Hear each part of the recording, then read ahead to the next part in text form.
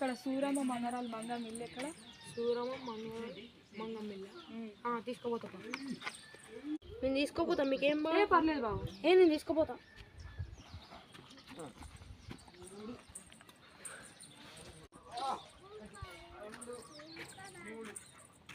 ఎక్కడ బాబు ఇల్లు? ఇక్కడనే. అమ్మ నీకోసం ఫ్రెండ్ వచ్చిలా అమ్మా. మీ ఫ్రెండ్ ఎవరురా? అమ్మ మీ ఫ్రెండ్ వచ్చిలావు.